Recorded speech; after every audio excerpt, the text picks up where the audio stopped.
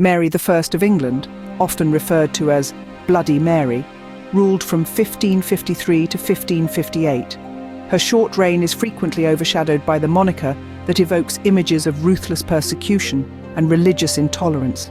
However, a deeper examination of her life and reign reveals a complex queen whose actions were influenced by her upbringing, political circumstances, and a genuine desire to restore Catholicism in England. This short documentary aims to provide a balanced perspective on Mary I, challenging the simplistic view of her as merely a tyrant and exploring the nuances of her reign. Mary's early life was marked by turmoil and uncertainty. Born to Henry VIII and Catherine of Aragon in 1516, her childhood was relatively stable until her father's desperate quest for a male heir led to the annulment of his marriage to Catherine. This event not only demoted Mary from princess to lady, but also cast her into a liminal state, neither fully accepted by her father's new court, nor allowed to see her mother. This period of instability and humiliation deeply influenced Mary's psyche, fostering a resilience and determination to restore her mother's honour and their shared Catholic faith. Her ascension to the throne was not without struggle. Upon the death of her half-brother Edward VI, who had attempted to secure a Protestant succession by naming Lady Jane Grey as his heir, Mary garnered support to claim her rightful place as queen. This moment was pivotal. It demonstrated Mary's political acumen and the loyalty she commanded among those who believed in the legitimacy of her claim and her right to return England to Catholicism. Her coronation was initially met with widespread approval, reflecting the hopes of many English Catholics for a return to traditional religious practices. Mary's commitment to Catholicism was not mere personal devotion, but a political strategy aimed at unifying her realm under a single faith. Historians like Eamon Duffy have argued that her efforts to reverse her father's and brother's Protestant reforms were driven by a genuine belief in the spiritual welfare of her subjects. Mary viewed Protestantism as a heretical threat that needed to be eradicated to save souls and ensure her kingdom's stability.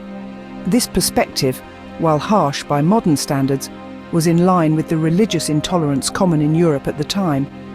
The most infamous aspect of Mary's reign, the Marian persecutions, where approximately 280 Protestants were burned at the stake, solidified her posthumous reputation as Bloody Mary. However, it is crucial to contextualize these actions within the broader European landscape, where religious executions were not uncommon.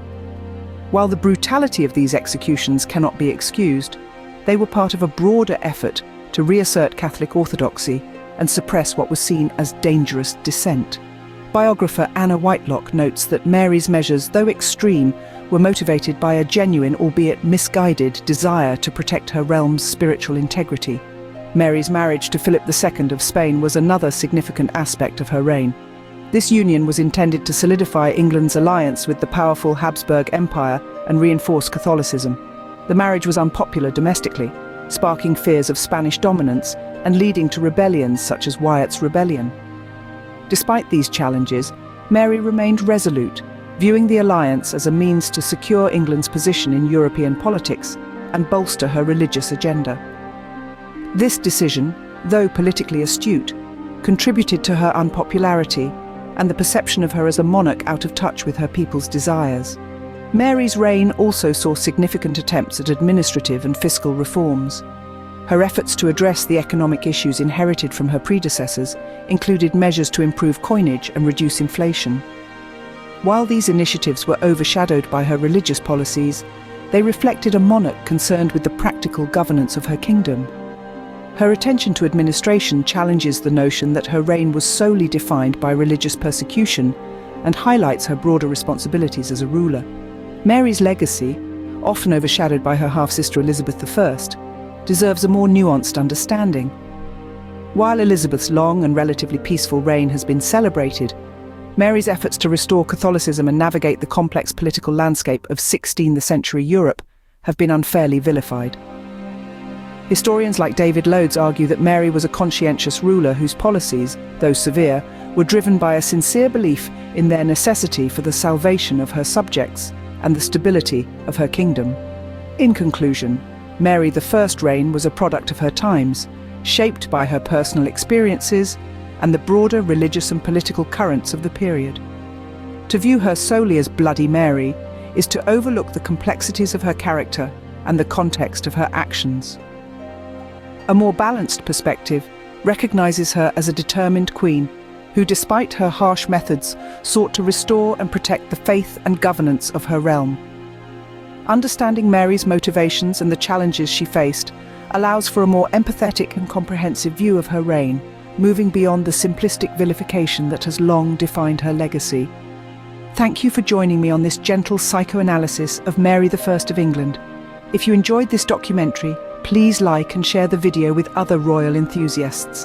And if you haven't already, join our royal family by hitting that subscribe button and click the bell so you don't miss out on future premieres from this history channel. We'd love to have you.